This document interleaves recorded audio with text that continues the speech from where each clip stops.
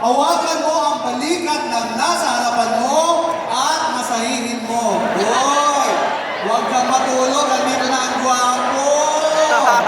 Masakay, hindi, kiliti. Okay, para makapawi naman, para makapawi naman sa kanila. Okay, masakay. Okay, masiupo na lahat.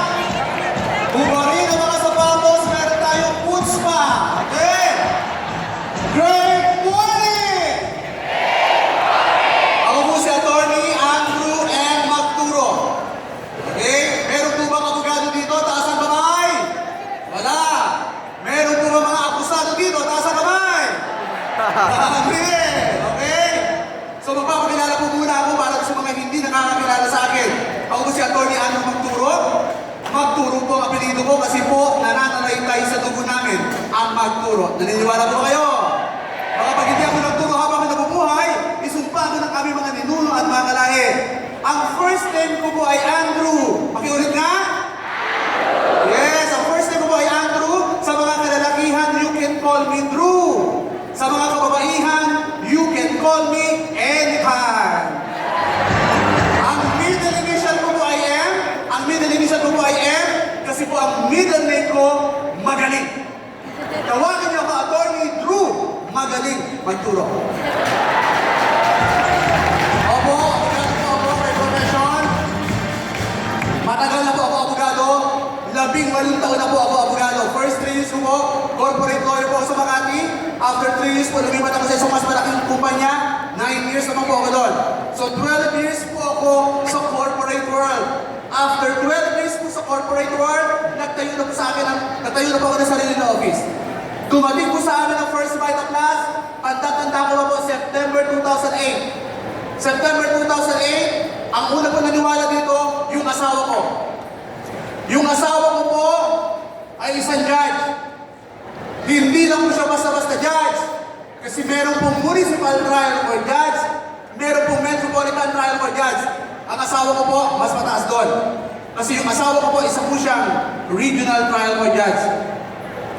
At hindi lang po basta-basta regional trial for judge po yung asawa ko, isa pa po siyang executive judge. Siya po yung pinuno ng lahat ng West sa isang lalawigan. Ito po yung larawan niya nung nanunumpa po siya sa justice ng Supreme Court. Tama-tama nga po, may kasabihan po tayo, for every woman's success, there's a man behind. Ako yun.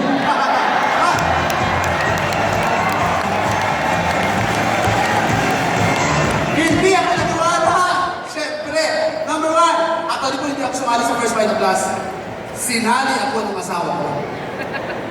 Hindi ako naniwala sa first bite of class kasi number 1, malayo ito sa linya ko. Kasi ang linya ko bilang abogado ay problemahin ang problema na iba. Tama? Yes! Yan po ang linya ko. Mahirap ang problema sa hindi mong problema. Kaya na dahil ang problema ka sa problema na iba, dapat magbabayad ka muna ng 200,000 sa akin. Kasi po yun ang acceptance fee ko. Meron naman po mga murang abogado, may 150,000, may 100,000, may 50,000, meron po libreng abogado sa labas. Yun po yung Public Attorney's Office, yung PAO. Pero dahil libre yan, huwag kang umasang ipanalo pa. Tama? Libre na, ipanalo pa, sobra naman. Tapos na yan. Ako lang po ay nagtitiro. May nakapaupo naman ito. Kasi last time, nagtaka ko, gusto ko lang, nagpapaupo ko, hindi yan totoo. Kaya inuulit po, nagbibiro lang po ako. Sabi ko, ano na, pangalawa bilang abogado, syempre, mahilig ako sa ebidensya, tama ba? May nasaksak, may napatay, walang testigo, walang ebidensya, may makukulong ba? Siyempre wala. Sabi kasi nila ang first bite of class, maganda raw ang produkto, marami daw bumaling na sakit. Eh siyempre, hindi ko mapapaniwala. Ako pa, sus Maria Joseph naman. Kaya lang po, pinakita sa akin, may gumaling sa high blood cancer, diabetes, arthritis, sakit sa puso. Marami gumaling, sabi ko, pwede. Pangalawa, sa first bite of class daw, marami yumaman. Siyempre, lalo nila maniwala. Bakit? Gulay may yumaman? Ay, yung kapitbahay ko, 10 taon na nagtitinda ng gulay sa palengke, hindi yumaman yun. Eh, siyempre, ang sabi ko, sige, kung marami yumaman, pagkita mo ko na ebidensya na marami yumaman, ay marami akong pinakita. Meron kitang janitor, bicycle driver, secretary, di arbolina, baseball bento, manikulista, may pipi, may bulat. Sabi ko, ganun ba yun? Kaya po, after 2 years yun, hindi po agad naniwala. Kasi bakit? Taga Quezon City po kami, yung mga taga-probinsya na grupo ng asawa ko, kaliwat kanan, dumarating po sa bahay mga alas 2 ng madaling araw. So syempre dahil alas 2 ng madaling araw, akala ko, puyat niya, matutulog. Pagdating po niya sa bahay, naku, hindi natutulog. Nagpapalakpakan na power kami. Ang laki. Pati mata lumalaki. Sabi ko, mga kahalig yata ito ah.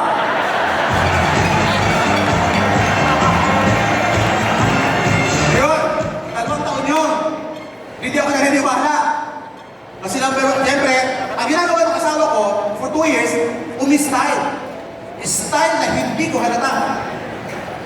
Inaayos niya ako opisina, hindi ako sumasama. Ang ginawa ng asawa ko, inayos niya ako sa opisina, pero pinaalis nga yung driver namin. Sabi ka, hindi ka nga, pumunta nga sa opisina, sa tech time, kasi magmaneho mo ako. Sabi ko, may driver ah. Sabi ko, pinaalis ko, sabi ng asawa ko. Kasi bakit? Pupunta sa airport, may susunduin. O sige, ako naman na nagmaneho ko. Nung nagmaneho ako, pinabababa niya ako, sabi, bumaba ka. Sabi ko, maneho lang, sabi ko. So, ang ginawa ng asawa ko, hiniram yung credit card ko. Akin na muna yung credit card mo, hihiramin ko at magsuswipe tayo, bibili tayo ng power pack. Siyempre, sabi ko, ito ang credit card ko. Sabi sa akin, ano ginagawa mo dyan? Bakit ikaw, bakit? Bakit? Pipirma ka? Ha? Pipirma? Hindi, sige. Akyat, pirma. Okay na. Pipirmahan ko na. Sabi, bakit ikaw naman ang customer? Ang daming customer sa nakabila. Kung ako sa'yo, para hindi ka maigit, may seminar doon. Makinig ka muna. Naku.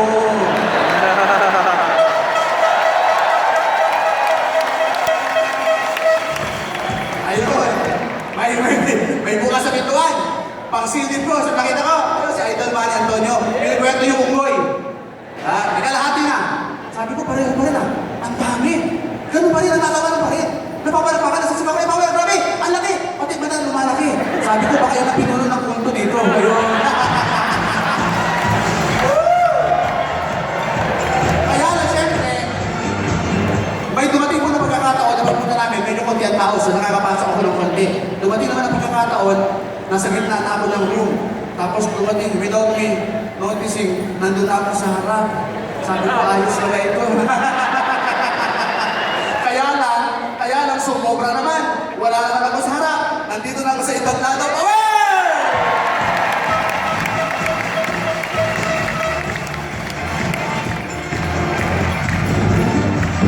After 6.5 years of doing first by the class, ano pa nangyari sa amin? Nakabili po kami ng BMW ng kotse. Sabi ng mga abogado, piloso po, Andrew, yan ba tapos buwan? Nakakagwapo ba yan? Yung sinabi ko, nung nagmamaneho na ako ng BMW, sabi ko, ang gwapo mo na, tama. Kaya lang, after 8 months, bumili kami ng BMW ng kotse, nakabili po kami ng Hyundai Starex van. On our second year anniversary sa first Vital Class, nakabili po kami ng top of the line Toyota Fortuner. 3 sasakyan sa loob lang po ng 2 taon. Kaya lang po, in addition sa collection ng mga kotse, 6 months ago nakabili po ako ng sports car, BRC. Ang maganda po dyan, dahil wala po nakakasakay. At malalaman niyo po kung sino sumasakay kasi may nilagay si Dads. Ayan! At maliban pa po dyan, nakabili po kami ng condominium, resort style condominium unit. Yan po ang mga accomplishment po namin sa first Vital Class. Okay! So, nagsimula po, sa to lang, ano po ito, para hindi ko alam kung cycle na to. It's a complete cycle. Bakit po? After 2 years po ako na-positive. Remember, first 2 years po, hindi ako naniwala. Nagsimula po yung journey ko sa first Vital Class October 2010. Alam niyo kung kailan? Nung nagsalita po ako dito sa ibang lado. Yan po. Nag-share po ako dyan. Naku, dyan po nagsimula yung power. Alam niyo po, ang point ko lang po dito, you cannot escape your destiny. Pag meron pala nakatakda sa'yo, lahat ng nakatakda sa'yo mangyayari. Amen?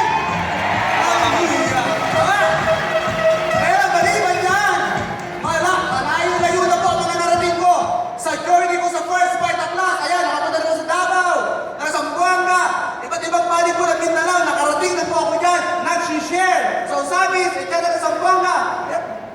Okay, sabi sa Mindanao, at kahit po sa ibang bansa, nakarating na po ako dahil sa first Vita Plus Power! Yan. So yan po. Ang tanong ko po yan. Tanong ko po sa inyo, masarap po ba maraming pera? Masarap po ba mayaman? Masarap po ba maging milyonaryo? Ang nagpapayaman po ay pera. Tama? Anong gagamitin sa pagbili ng kotse? Kundi?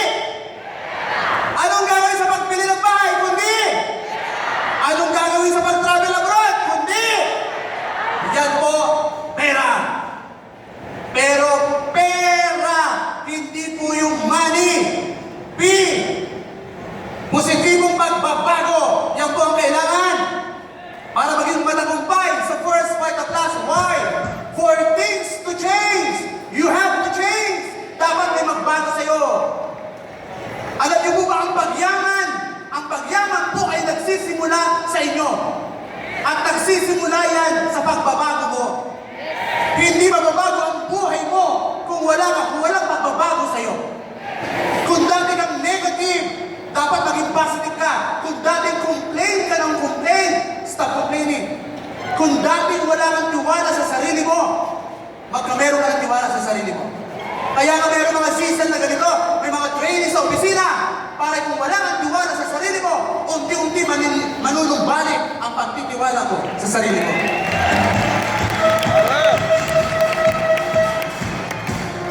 Mahirap. Kasi bakit po? Karamihan po sa atin, wala tayong tiwala sa sarili kasi nandiyan na po yan nung bata pa tayo. Malamang nung bata pa tayo, nagkakamali tayo, pinapagalitan tayo ng ating mga magulang. Ano sabi ng magulang mo? Anak, ang tanga mo. Ikaw naman naisip mo, ang tanga mo pala. Pagpasok mo sa eskwelahan, napagalitan ka ng teacher. Ano sabi ng teacher mo? Ang bobo mo.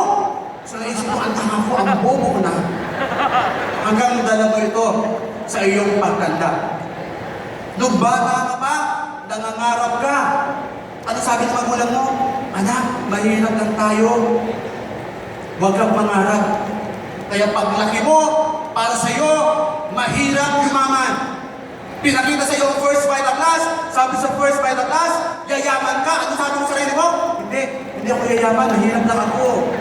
Sabi sa first Vita Plus, magkakakotse ka. Ano sabi mo? Hindi. Nag-tricycle lang ako. So dapat may magbago sa sarili mo. Paano magbabago yan? Tingnan mo ang mga kasama mo. Stay away from negative people. May mga kakilala ba kayo? May mga kakilala ba kayo na parang pinanganak lang ni Lord para maging pabigat sa buhay? Marami ganyan. Yung reklamo na reklamo, ano ba na ito? Ang traffic na naman.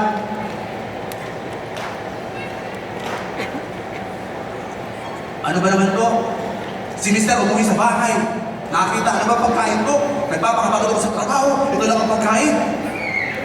So siyempre si Mrs. nasaktan, pinabukasan. Nagluto na 3 putahe. Ano sabi? Ano ba naman ito? Ang daming pagkain. Ano to? May piyesta? May piyesta? So wala ka na ginawa. Tama! Layuan mo yan. Layuan mo yung mga tao mga ganyan. Kasi kung sino mga kasama mo, magiging ganun ka. Itaas mo ang kanang kamay. Itaas mo ang kanang kamay. Tapikin mo ang balikat na nasa kanan mo. Sabihin mo, lumayo ka sa mga negatibong tao. Sabi mo! Pangalawa, taas ang kaliwang kamay. Taas ang kaliwang kamay. Tapikin mo nasa kaliwa mo. Layuan mo na ako, please. Dapat dito, sumama ka sa mga first Vita Plus dealer. Kasi ang first Vita Plus dealer, pag sumama ka sa mayaman, lalo ka yayaman! P and letter E. Enjoy! Mag-enjoy ka lang sa buhay. Enjoyin mo ang first Vita Plus. Mahirap ang first Vita Plus. Mahirap ito, pero ito na po ang pinakamadali sa lahat ng mahirap sa labas.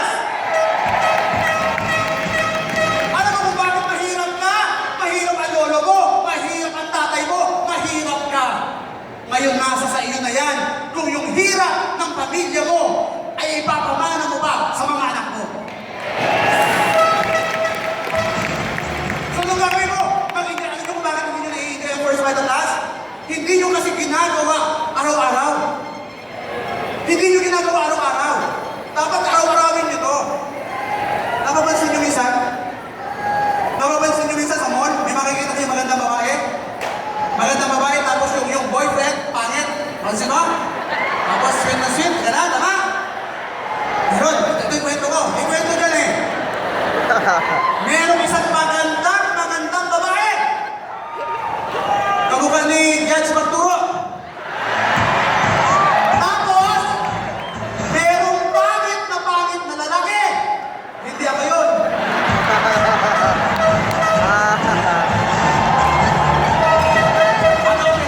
Mag-opisina yan, mag-opisina.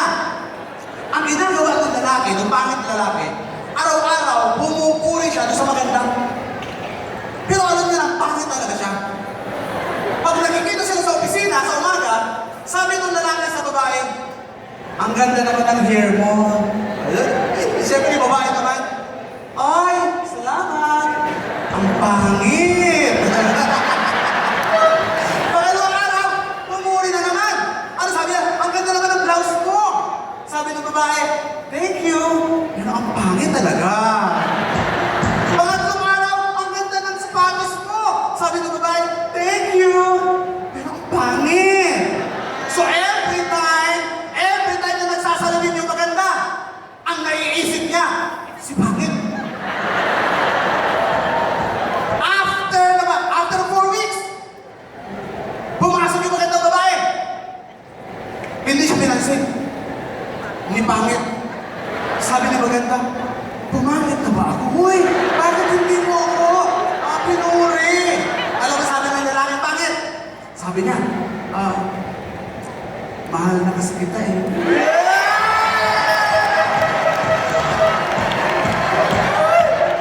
Hanggang sa nag-uusap, yung pangit at maganda, nagka-developan hanggang naging sila. At pag namamasyal na sa mall, yung babae maganda, sweet na sweet. Yung pangit naman, naku, proud na proud.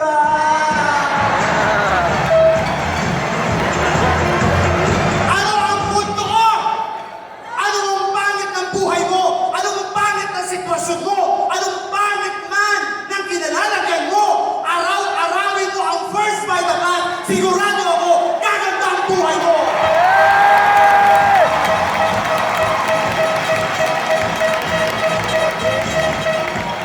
P-E-R. Ang R ay resulta. Pakiulit nga.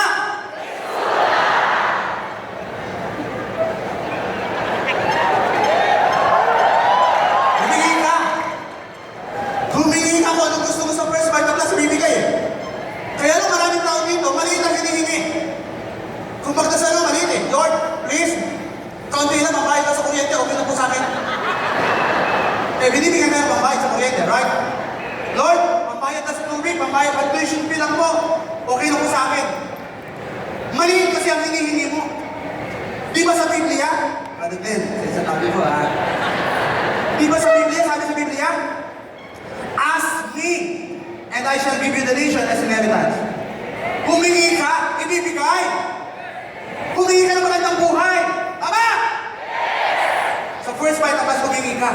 Kasi ibibigay yan. Maliwanag! Ang kayo mo dito, ano siya ito lang? Hindi ka makakameron ng magandang resulta o hindi ka yayaman dito kung hindi mo gagawin yung ginagawa ng mga mayayaman. Isa lang po ang katangian ng mga mayayaman. Tinutulo na nila ang galing nila pagdating sa first vital class. Huwag ka nang magtira! Huwag ka nang magtira! Buhay ang pinag-uusapan natin dito! So dapat buhay din ang inaya mo! Totoo lang? Alam niyo yung mga special action force sa mga sapato na Mindanao? Sa massacre? Alam niyo po ba yung ang sweldo lang nila ay 13,500 tapos babayaran lang po sila ng 240 pesos per month na hazard pay. plus 340 na combat allowance. Suma total, may additional sila na 580 pesos kada buwan. Imagine niyo to. Alam nila na pag pumunta sila doon, posible sila mamatay. Alam nila na pag pumunta at hinuli nila si Marwan, posible hindi na sila makakabalik sa kanilang pamilya. Alam nila yon. Baliwala sa kanilang buhay, ang iniisip nila, yung kikitain nila na pambili ng pagkain ng kanilang pamilya.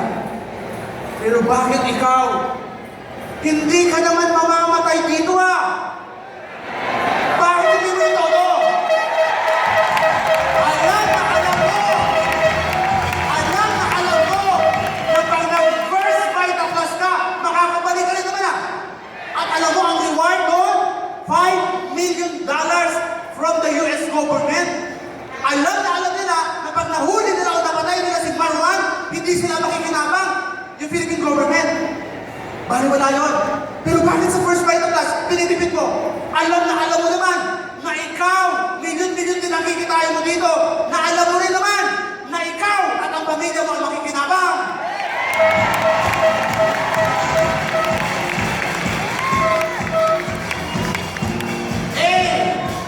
For ako. Sabi mo nga. Ako!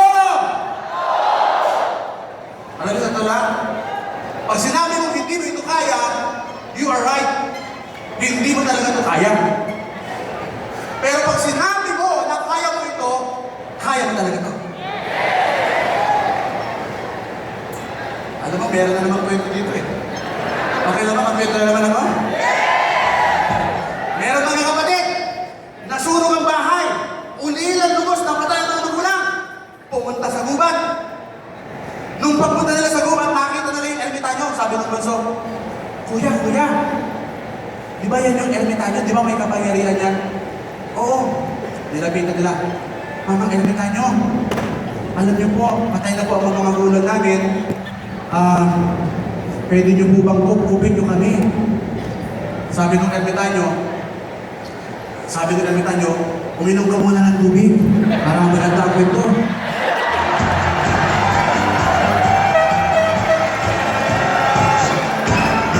Sabi ng ermitanyo, alam mo hijo, hindi ko kayo makukup-kup. Pero pwede ko kayong bigyan ng kapangyarihan. Kapangyarihan na yumaman. Kaya lang may kondisyon ang kapangyarihan. Sa inyong dalawang magkakapatid, isa lang ang mabibigyan ko. Pangalawa, dapat magkahiwalay kayo kasi walang bisa ang kapangyarihan, yumaman kayo. Kung magkasama kayo, dapat magkahiwalay kayo. At pangatlo, yung kung sino man sa inyo ang bibigyan ko ng kapangyarihan, hindi niya malalaman na siya yung binigyan ko. Malalaman niya na pag nayumaman na siya. Okay? So yun yung mga kapatid, nagpaalaman. Mahirap pala. Iisan natin, Kuya, kasi yayaman tayo. Basta ang gawin lang natin dito, magkita tayo after 20 years dito. So naghiwalay mga kapatid. After 20 years, nagkita sila. Sabi nung bunso, Kuya, hindi ka na maghihirap kasi ako pala yung yumaman. Sa akin pala binigay yung kapangyarihan. Sabi nung panganay, hindi bunso. Ako ang pinakamayaman sa aming lugar. Yumaman din ako. Nagulat sila. Ay bakit ganun? Sabi nung ermitanyo, isa lang daw ang yayaman. Pero bakit dalawa tayo yumaman? Nagpakita ng ermitanyo. Mga apo, kayo ba yung mga nakita ko 20 years ago? Opo, kami po yun. Eh bakit po ganun? Lolo ermitanyo, bakit po? Pareho kami yumaman, sabi mo. Lahat, isa lang dapat ang yayaman. Bakit pareho kami yumaman? Sumagot yung ermitanyo. Alam mo mga iho, wala talaga akong kapangyarihang binigay sa inyo. Pinaniwala ko lang kayo na yayaman kayo. Dahil napaniwala ko kayo na yayaman ang isa sa inyo, ikaw bunso, pinaputihan mo lahat ng gagawin. Dahil naniwala ka, panganay, na ikaw pala yayaman, akala mo dahil panganay ka, sa iyo ko ibibigay ang kapangyarihan, pinagbuti mo ang gagawin. Ibig sabihin pala, ang pagyaman pala ay magsisimula sa paniniwala mo na yayaman ka. Ano? Nasa first Vital Plus ka! Naniniwala ka ba na yayaman ka? Naniniwala ka ba na yayaman ka? Ito, palagi ko ginagawa to. Ito na po ang pagkakataon. At least makinara stage na to. Law of attraction, kung ano sinasabi, anong iniisip, anong ginagawa, mangyayari. Bibigyan ko po kayo ng 10 segundo. Bibigyan ko po kayo ng 10 segundo. Dapat sabihin mo sa 15 tao na nandito na yayaman ka at sigurado ako mangyayari yan. Pag hindi mo nagawa, pag hindi mo nagawa, sinusumpa ko hindi ka yayaman. Sampai sandali! Hoy! Hoy, sandali! Wait! Hoy! Hoy, bibilang ko ha! 10 tao, 15 segundo, sasabihin mo na yayaman ka at yayaman ka alauna, alas 2, alas 3, go!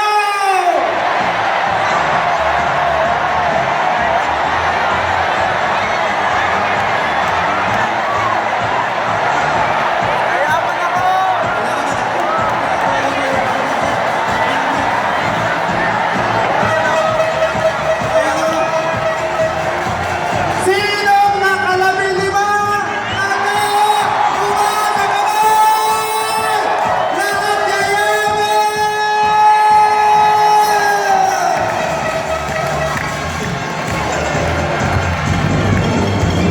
Gwen! Gwen! Alam niyo po ba? Alam niyo po ba, nung bata pa ako, akala ko po ang pinakamagandang trabaho sa buong mundo ay ang maging abogado. Mali po pala ako. Ang pinakamagandang trabaho po pala sa buong mundo ay yung trabaho na kaya mong baguhin ang buhay ng ibang tao.